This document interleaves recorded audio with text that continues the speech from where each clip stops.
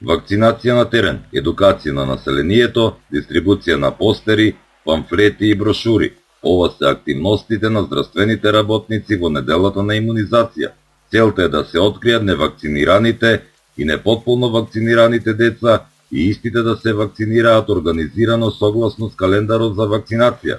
Примариус доктор Војслав Огњановски од Центарот за јавно здравје Гостивар вели дека имунизацијата е една од најефикасните и најисплатливите здравствени инвестиции.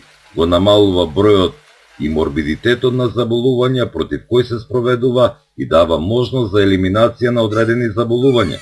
Вакцинацијата во Гостиварскиот регион со години се извршува успешно и опфатот е над 95%.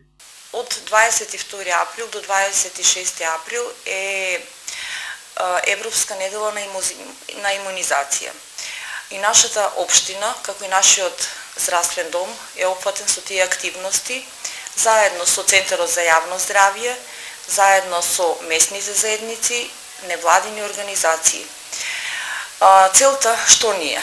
Целта е да се опфатат оние вулнерабилни групи што се на деца, и тоа од ромската популација, деца кои што живеат во рурални предели, кои што се опфатени со миграционите промени и деца кои што немаат комплетен вакцинарен статус. Затоа што најбитно е да се вакцинира детето, а со тоа го заштитуваме од заразни заболувања и понатака расте здрава популација.